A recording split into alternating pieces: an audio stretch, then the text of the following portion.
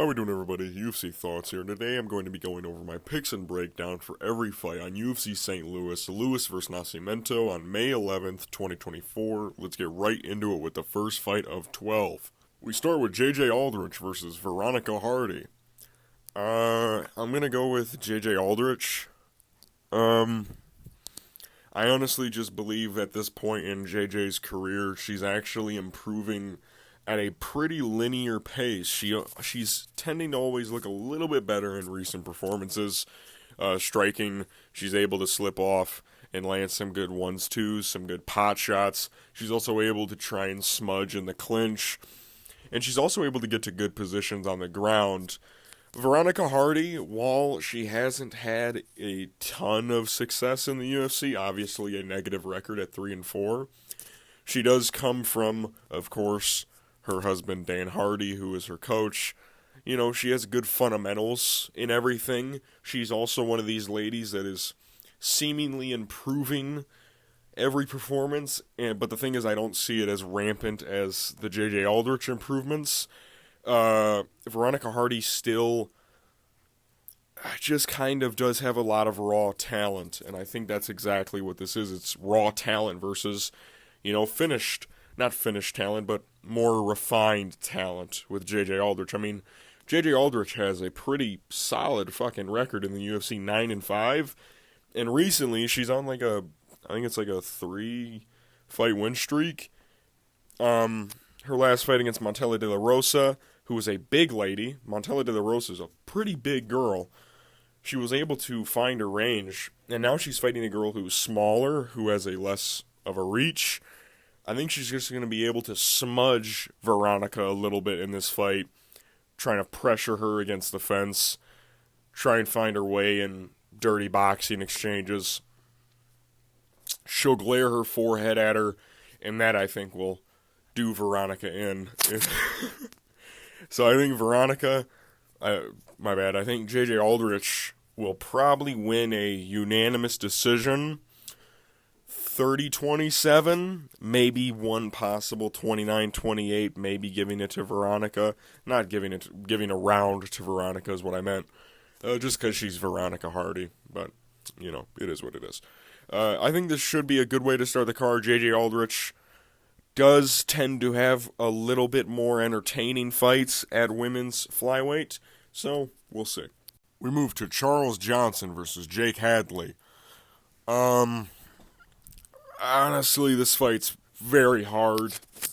I'm gonna go with Jake Hadley, but I'm not confident, if I'm being honest. Listen, Charles Johnson has some of the most mixed results so far in the UFC. I mean, obviously 3-2. Jake Hadley also hasn't had the best start, 2-2. Charles, you could also argue he's 2-5, right? The Zhao Gasher Magulov fight. But that's besides the point. Charles Johnson has one of the weirdest fight styles where he has some of the greatest cardio in the flyweight division. I mean, he is honestly a killer with cardio, but he always seems to take the first round off in these fights. The only fight where he didn't take it off was against Jimmy Flick, and that's because Jimmy Flick fucking sucks, but that's besides the point. And I think that's going to do him in this fight. But the thing is, he's also fighting in St. Louis, so maybe he'll start off hot. Jake Hadley, the biggest weakness in this fight for him is going to be if Charles decides to go for a grappling approach, which I highly doubt he does. Unless Charles is going for submissions, I don't think he's going to want to grapple in front of his hometown crowd. He's going to want to slug out with Jake Hadley. And I honestly think that's what's going to be his downfall. We just saw Charles Johnson get dropped in his last fight by Azat Maksum. You know what I'm saying? I think Jake Hadley, he's got crisp 1-2s, and that's exactly what dropped Charles Johnson in that fight, which is a 1-2 down the pipe, dropped him down. Jake Hadley, while he does have weird tendencies on the feet, he does leave his body open a couple of times. He was kind of getting pieced up on the feet against Cody Durden, which is not a great look, but that's besides the point. I think Charles Johnson, the reason why he'll do better against Charles Johnson is because I feel like Jake Hadley won't have to fear the takedown as much from Charles Johnson as he had to against Cody Durden. So I think he's going to be more open to shots to the body. Charles Johnson, if Jake Hadley goes to the body, maybe he'll be able to cut down on that good old cardio. Because I'll tell you what, Jake Hadley doesn't have that bad of cardio either. In a grueling pace against Cody Durden, he was still pretty fresh in that third round. So, honestly, I think this is going to be a banger. 29-28, split decision to Jake Hadley, of course, because it's a Charles Johnson fight, so it's going to be a split decision. Honestly, this is one of my favorite fights on the entire card. I'll go with White Kong, Jake Hadley. We move to Billy Ray Goff versus Trey Waters. Honestly, another banger of a fight. I'm picking Trey Waters. Now, this fight, a lot of people are going with Billy Ray Goff, and the thing is, I see it. He is a scrapyard animal personified. Billy, honestly, one of the scrappiest dudes on the entire roster. What I love about Trey Waters in this matchup, though, is, one, his size advantage. Normally, you would just pick him based on size, but when you watch Trey Waters, you're going to realize he fights like a tall guy, which is something a lot of tall guys don't do. Trey Waters slows down fights to a certain pace, which I wonder if he's going to be able to do that to Billy Ray Goff. I don't know if he's going to be able to do that because Billy Goff kind of just like goes at his own pace. But Trey, he's always catching people, when they're coming in. If you want to see a prime example, watch the Josh Quinlan fight, which kind of has a similar build to Billy Goff, minus a couple inches in reach. I believe Josh Quinlan kind of does have T-Rex arms. But Trey Waters forces you to make big movements, and Billy Goff makes big movements. And I think that's what's going to cost him in this fight, is the fact that Trey Waters is going to use his reach so, eloquently, that Billy Goff is just kind of going to be hitting air. Because Trey Waters has amazing head movement, may I add. And his pull counters are fucking nuts. And against a guy like Billy Goff, who kind of, after throwing punches, is a little lazy, I imagine he's going to get caught, and we've seen him get caught before. He does have great recovery, but Trey Waters can fucking smack dudes, man. And he's not easy to take down either. That's another thing about Trey Waters. He has insane, because it's so hard to take down a tall guy like that. You got to get so low on him. But they use the frame so well, and Trey Waters uses his frame beautifully. And that's why I'm picking him. I love his frame. I love the way he uses his frame. And I think he's going to use it really well against a guy like Billy Goff. Billy Goff, I understand he can find his way on the inside like he did against Kinoshita. Was it Toshio? I forget his name. He was one of the guys from Road to UFC, that series. He was the dude who dyed his hair or something, had the flames and stuff. He TKO'd him with a body shot. I understand he can do that, but I don't know if he's it's going to be so hard for him to get inside on Trey because of the jabs, the teep kicks. I mean, Trey Waters is a bad motherfucker to get inside on, so I'll go Trey Waters. I don't think he'll be able to TKO or KO Billy Goff. So I'll go Trey Waters, unanimous decision, 30-27. We move to Tabitha Ritchie versus Tisha Pennington, formerly known as Teacher Torres, of course, Tiny Tornado. I'm going to go with Tabitha Ritchie. Honestly, this fight is kind of hard to pick because Tisha Pennington does have pretty stellar takedown defense. She kind of is hard to take down, and Tabitha Ritchie, her stand-up isn't the best part of her game, let's be honest here. Lupe Godinez was able to exploit it in her last fight. But Tisha Pennington hasn't fought in so long that I imagine it's going to be very awkward for her to fight. Also, I believe, was Tisha in the relationship with Raquel? Was she the one that gave birth? I believe that's how that went. I think she was the mother in that relationship. I think I saw a video of her on a hospital bed. So she's been going through some, personal stuff. It's pretty hard to get back into a fucking fight after being fucking pregnant, I imagine. Tisha Pennington also hasn't fought since, I'm pretty sure, the Mackenzie Dern fight at 273. I'm almost certain. I don't remember her fighting after that. And, again, that was a fight that she lost. Probably could have won it, let's be honest. But mostly due to grappling, because she kind of does make small mistakes. And Tabitha Ritchie, while she doesn't have the jiu-jitsu threat that Mackenzie Dern has, she is kind of a smudge artist. And I think she might be able to smudge all over Tisha Pennington. Just a good old smudge sesh. You know what I'm saying? Just smudging all over her. So, I wouldn't mind that. I'm kidding. That's a joke. That is a pristine job. I'm going to edit that out later.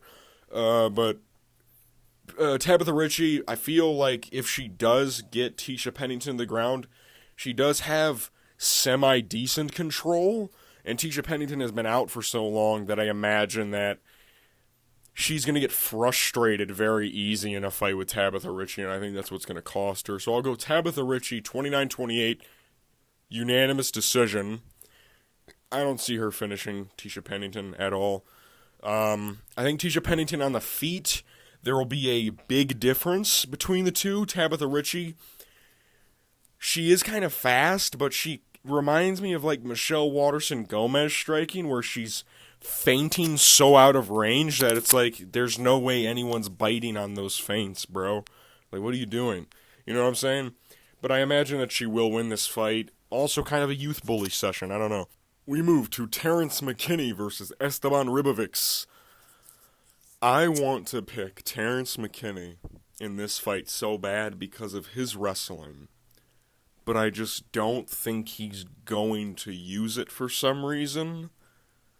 And it makes me want to pick Esteban. Because I'll tell you something about this fight. If Terrence McKinney just uses his grappling, which he was a collegiate athlete, he was a collegiate wrestler, he had the chance to, I think, try out for the Olympics. Of course, then the whole situation happened. I'm not going to bring it up. But his wrestling, he has great wrestling credentials. But Terrence McKinney has lumped himself into a category of, knockout artist guy. Oh, I'm going to knock you out in the first 30 seconds. And he's fighting a guy like Esteban Ribovics, who has a fucking chin on him, man. I mean, he was eating punches off of Loic Radzhabov like they were fucking nothing. He did get clipped once. He didn't get knocked down, but he got hit pretty damn hard. But Loic Radzhabov, we've seen, hits very fucking hard. I mean, he's a steroid cheat junkie who has to use steroids to win, but it is what it is. I love Esteban's boxing combinations, his counters, his head movement sometimes is a little shaky. He kind of does keep his head on the center line at points, which is pretty good for a Terrence McKinney. But what I think this fight might resemble is the Ishmael Bonfim fight with Terrence McKinney. Terrence McKinney's cardio has always been kind of a iffy factor for him, and I think it's going to play a factor in this fight, because Esteban Ribovics has crazy pressure, he has crazy combos, he fights at an insane pace. It might even resemble the Drew Dober fight a little bit, where he starts cracking Esteban, but then he gasses out a little bit. I know that fight was on short notice, but the Ishmael Bonfim fight, when you corner Terrence McKinney and you force him to fight your style of fight, he gets paranoid and he starts throwing caution to the wind and going for some stupid stuff. And he starts swinging at the air. He's just like trying to land something big. And Esteban Ribovics, even though his takedown defense is a little shaky at certain points because he's so damn athletic, he's able to just power through them. And I think that's what he's going to be able to do against Terrence McKinney. Now, I want Terrence McKinney. I fucking love Terrence McKinney. He's one of my favorite guys on the entire roster. I actually met him in Salt Lake City. I didn't meet him, but we ate at the same restaurant. He passed by our table, and we were like, fuck, it's Terrence McKinney. It's fucking... He was with Kevin Holland, and it was literally fight day. They had breakfast. It was he was chill and shit. But Terrence McKinney is one of my favorite fighters, but I just feel like this is going to be another moment for him to... It's going to take another setback against a truly, truly great contender at lightweight with Esteban Ribovics. But I truly believe that after this fight, Terrence McKinney is going to have to look at himself and realize, I have to use all my weapons. I can't just be the knockout guy. And I think this is going to be the fight that does that for him. So in all reality, I think this fight will actually be a good thing for Terrence McKinney in the long run when you really think about it. So I'll go Esteban Ribovics. I'll go second round TKO. But I want Terrence McKinney to win by first round submission, if I'm being honest. But I'll go Esteban Ribovics TKO second round. We move to Chase Hooper versus Vyacheslav Borashev, Slava Claus. I'm going to go with Slava Claus, TKO first round. Everyone's been, this fight's always kind of been like, if Chase can get the takedown, the fight's kind of over, right? That's kind of... Chase Hooper has some of the weirder tendencies for takedowns. He more or less doesn't power through. He kind of rolls his back if he's met by a good force. If I may say, like, if someone's athletic enough and they power him down a little bit, he'll kind of just roll over a little bit and pull guard, which Vyacheslav Borashev, of course, is not going to fucking stand on top. Why would he do that? I can understand picking Chase Hooper by submission because Slava Claus does have a very weird tendency to kind of just let people get his back. It's one of the weirdest shit. It's one of the weirdest tendencies I've ever seen where he kind of stuffs a takedown and then gets lazy and then gives up his back. It's one of the weirdest shit. If Chase Hooper does win by submission, I guarantee you it'll be off of one of those exchanges where Slava Claus will defend a takedown and then kind of slip and then give up his back. I guarantee you that's what would happen if he does win by submission. But Vyacheslav Borashev has one of my favorite striking styles in the fucking UFC. Rips to the body, has insane boxing. Chase Hooper is getting better, but we've also seen that his chin isn't that great, and he kind of does leave holes in his guard. He kind of just gets tagged a lot, you know what I'm saying? And Vyacheslav Borashev is coming off a fight against Nazim Sadikov, who I consider to be a great prospect at lightweight, and Vyacheslav Borashev fucking brought that fight out of the fire, bro. He fucking brought that shit out of the fire, son. And he went to war with Nazim Sadikov, who I believe has some pretty slick jiu-jitsu and takedowns of his own, and he was able to fare pretty well against that guy. So I think Vyacheslav will be able to fare better against a guy like Chase Hooper, who isn't extremely, extremely strong, even though sometimes Chase Hooper does. It's not really, it's flexibility. He has insane flexibility. He also has crazy sweeps off his back. I don't think he's going to be able to get in those positions on Vyacheslav, because if Vyacheslav gets to top position, I guarantee you he'll just try and stand up. So, Vyacheslav Borashev TKO first round, I'd say, for the featured prelim. If Chase Hooper wins, he's not winning by decision, he's winning by submission. So, yeah. So I'll go Vyacheslav Borashev. We move to the start of the main card. Waldo Cortez Acosta takes on Robelis Despain. I'm going to go with Robelis Despain, first round KO.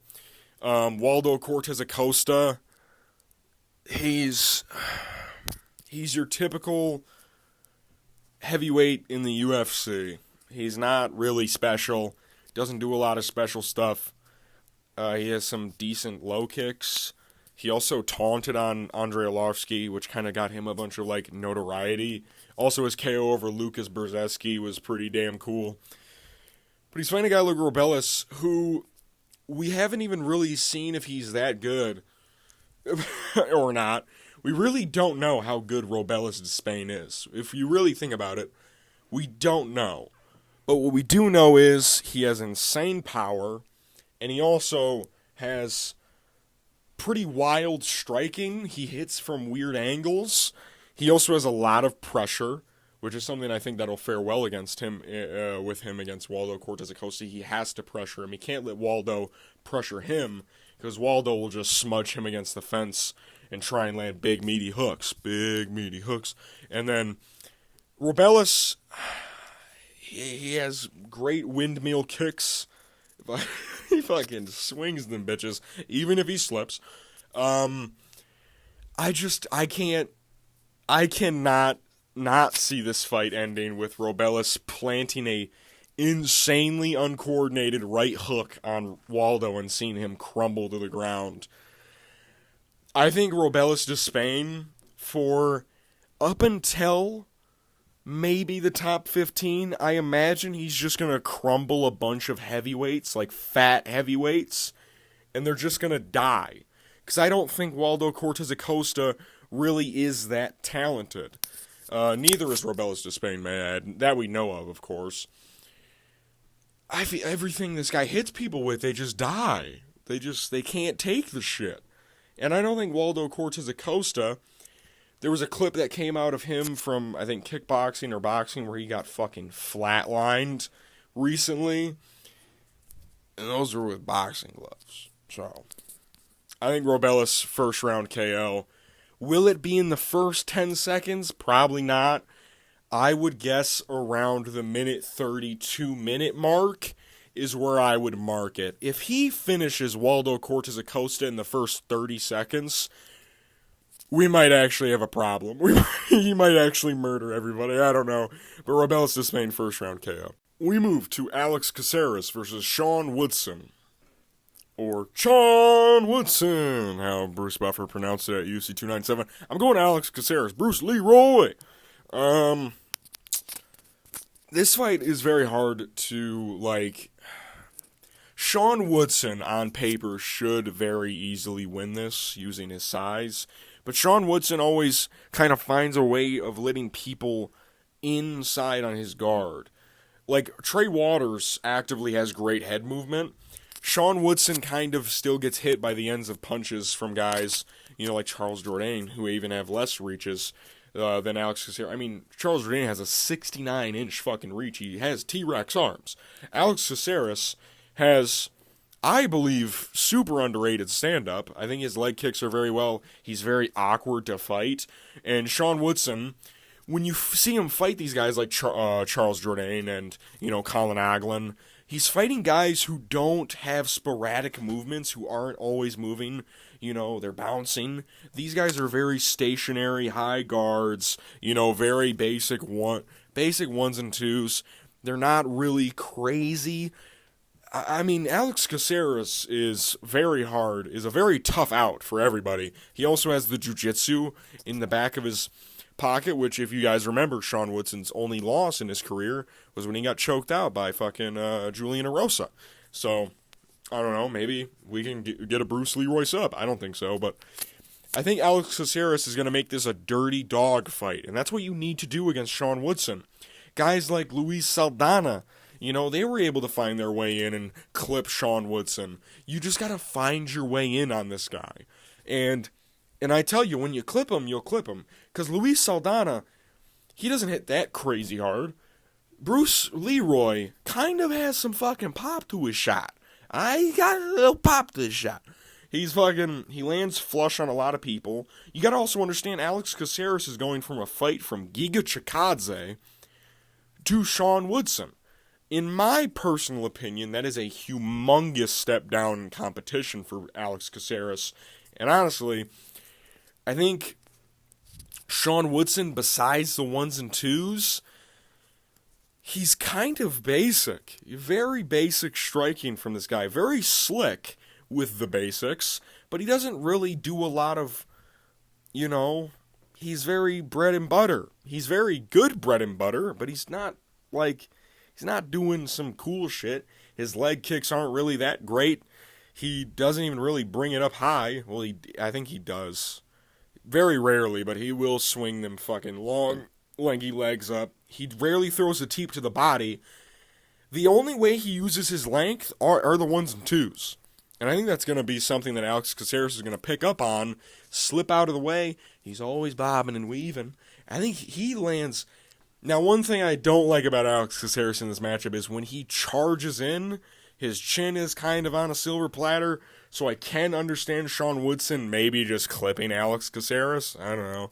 But Alex Caceres, I think he's going to find the chin of Sean Woodson in this fight. and I think he's going to put him down for good. We're going to see the praying mantis die in the first round. I promise you that.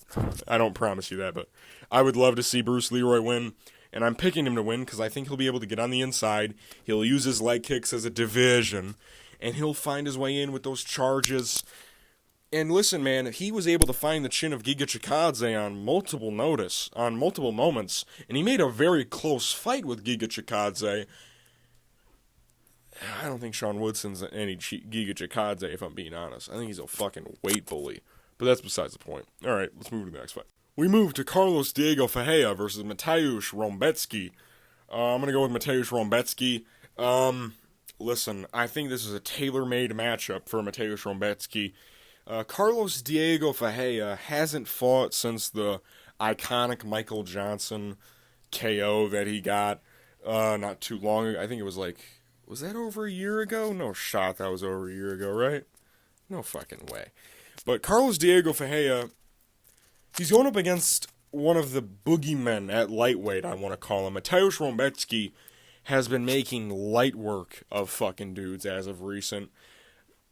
That being said, not crazy good competition, but he did beat the shit out of Loic Radzhabov, which a guy earlier on the card, Esteban Ribovics, kind of did, and, Kareem Abdul-Sawadi got knocked out by. He made light work of that fucking guy. He was smacking the dog shit out of him. Mateusz Rebecki, not only does he have paralyzing BJJ, he has insane power in his hands. The only problem is he has one of the shortest reaches in the division. He's 66 inch. All right, he has dinosaur arms and one of the worst hairlines in the division. Okay, we get it. We understand. All right. But a lot of people are using videos from Carlos Diego Ferreira with his fights with Beneil Dariush and Mateusz Gamrot. Those were so long ago. Carlos Diego Ferreira is 39 now. He's getting up there, man. He's fighting a guy with the athletic prowess of Mateusz Rebecki, who has better control and better submission ability than a Mateusz Gamrot. Then even possibly a Beneil Dariush. I mean, this dude's submission ability is fucking nuts. Alright, he finds that shit.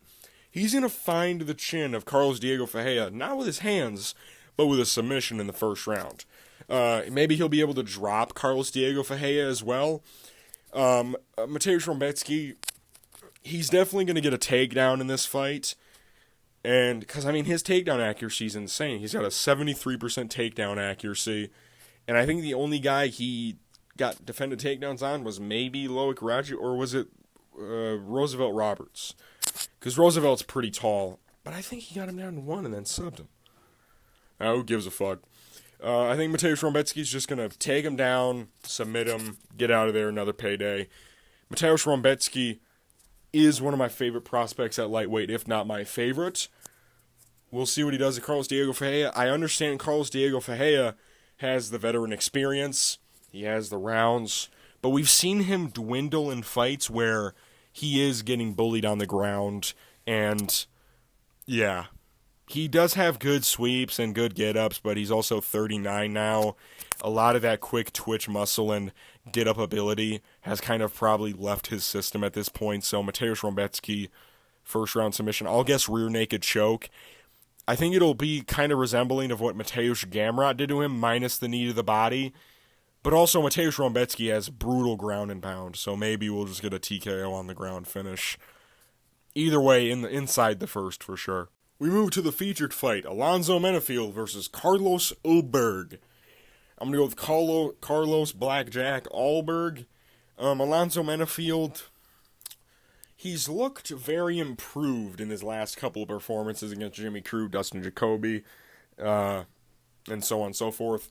One thing I don't like about him is his cardio. Again, if you can push a pace on him and make him throw himself out, which Carlos Ulberg makes a lot of people miss, let's be honest. It's kind of his thing. He's from that city kickboxing camp, that counter-puncher-esque style. what I don't like in this matchup is the fact that Carlos Ulberg did get knocked out by Kennedy Nzechukwu, and I know that was so long ago. That was back in the Reebok era, right? But we've seen recently that Kennedy Nzechukwu doesn't really hit that hard, so I don't know how much that plays into it.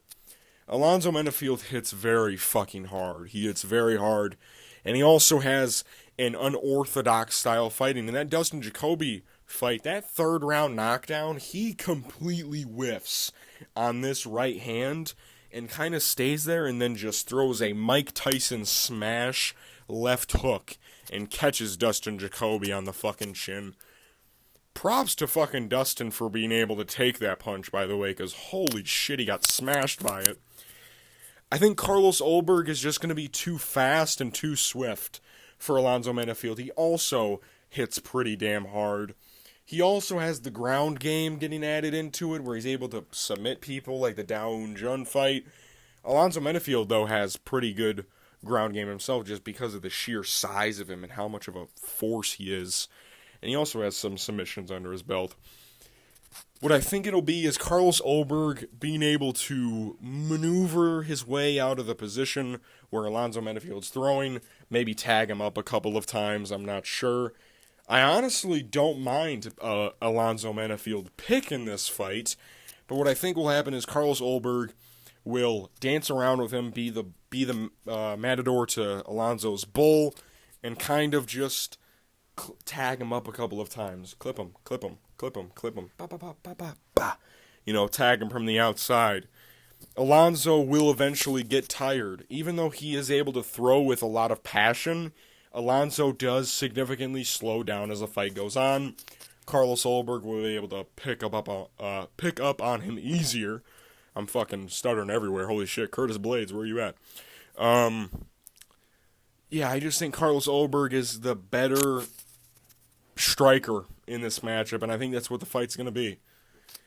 I think he's just going to be able to pick his shots better than Alonzo Menafield, his straights. Also, Carlos Ulberg has the ability to throw twice on the same side, like in the Nicolay Negromariano fight, where he threw the 1 and immediately threw the 3 right after, didn't even throw a 2. He went over the top of the left, and it knocked him out. He knocked him out with the left hook. So, yeah, he picks his shots well. He clips his opponents when they rush in on him. Alonzo Menafield has a tendency to rush in. What I don't want Carlos Ulberg doing is the Israel Adesanya, possum moment where you just rest against the cage. You can't do that. Also, just take your time if you're Carlos Ulberg in this fight. There's no reason to go insane pace to insane pace, because if you go at the same pace that Alonzo Menafield goes, you're kind of just going to make it an easier fight for him because you're going to gas out yourself. And Alonzo Menafield does very well in fights where you're at the same level of gas tank as he is. So, Carlos Ulberg, probably unanimous decision, 30-27. Maybe a late third round TKO, though. We move to Joaquin Buckley versus Nursultan Ruziboev. Both these guys fought in that Atlantic City card. Nursultan's moving down a weight class to 170. He made weight. If you guys don't know, Nursultan actually made 155 at one point in his career. Don't know how that's possible, but it is. I'm going to go with Nursultan Ruziboev against Joaquin Buckley, and it's mostly with the same reasoning I picked a guy like Vicente Luque against a guy like Joaquin Buckley. Nursultan picks his shots well, he hits very hard, and in reality, when you're fighting Joaquin Buckley, you can't go his style. You can't fight at Joaquin Buckley's style. You're eventually going to get caught. What you have to do is you have to pick your shots well, which Nursultan does. He's also very fast. He has a good chin. He has a great reach. He has the height advantage like hell. Holy shit. And I also just believe Joaquin Buckley, his chin isn't that great. And he's fighting a guy who used to fight at the weight class that he used to fight at. And if you guys remember, I think 3 of the 4 of Joaquin Buckley's losses in the UFC were by knockout. All by middleweights. It was Kevin Holland, who has pretty good power, Alessio Di Chierio, which some of you guys might not even know who that is. He was an Italian guy. And then, of course, Chris Curtis. And that knockout is a lot of people are drawing comparisons.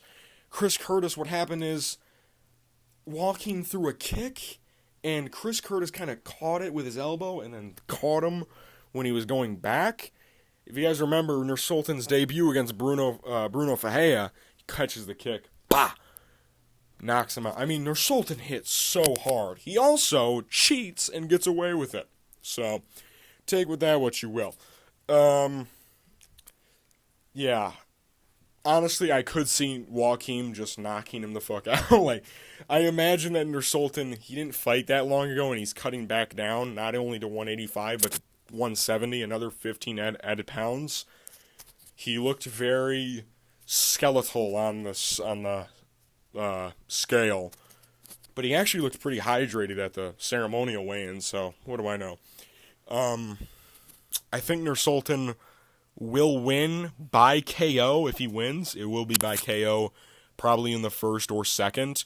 Joaquim, his style is very late Mike Tyson-esque, where he throws a lot of hooks, Mike Tyson, if he was in MMA, throws a lot of random head kicks, throws some decent body kicks. He kind of does a lot of rushing in maneuvers, kind of like Nursultan a little bit, but more in combinations than one-shot, like, potlucks. I think Nursultan, if he's able to catch Joaquim Buckley once, I think he's toast. His chin. And honestly, I hate this fight with Joaquim Buckley. Honestly, he should be fighting a guy like Sean Brady. But also, Joaquim Buckley could be trying to go for a submission or takedowns on Nursultan Ruziboev, which I don't know how well Nursultan's takedown defense is, if I'm being honest. I don't think anyone's ever tried a takedown on him in the UFC yet. I don't know, but I know he has brutal ground and pound. So maybe we'll get another, like, Cedric West Dumas ground and pound-esque finish. Yeah, Nursultan's straight shots, his uppercuts, he makes you worry about them so much, because you don't know if he's going for the uppercut or the straight. He also could just bring it up high, you know what I'm saying? Joaquim, I think, is going to, after the fight, look back on this moment and realize probably shouldn't have done that. He's earning a lot of fans, though, which is good. But I just think this is the wrong opponent to do that with. Nursultan Ruziboev, first or second round KO. I'm going to guess with a right hook. That's my assumption, is a right hook is what's going to set down Joaquim Buckley. We move to the main event. Derek Lewis versus Rodrigo Nascimento. I'm going Derek Lewis. Honestly, I couldn't give a shit less about this fight, if I'm being honest. Rodrigo Nascimento just kind of reminds me of like a heavyweight can that Derek Lewis would knock out not too long ago.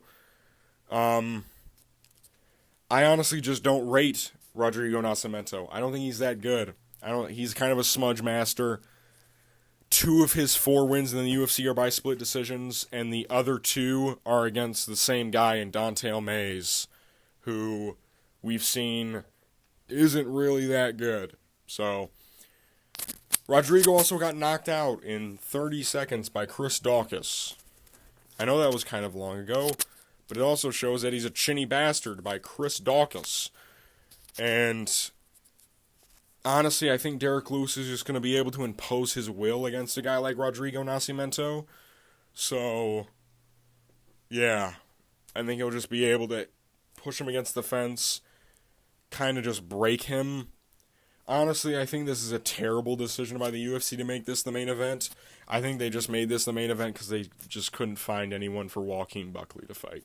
So, I don't know. Derek Lewis, he'll land a big, meaty hook. Rodrigo will die, and we'll all celebrate because the Black Beast will have another win. And he'll add on to his list of heavyweight KOs, blah, blah, blah, this, blah, blah, blah, that. Rodrigo Nascimento also has a hideous body. So, I just imagine Derek Lewis is just going to... This guy just... He's so...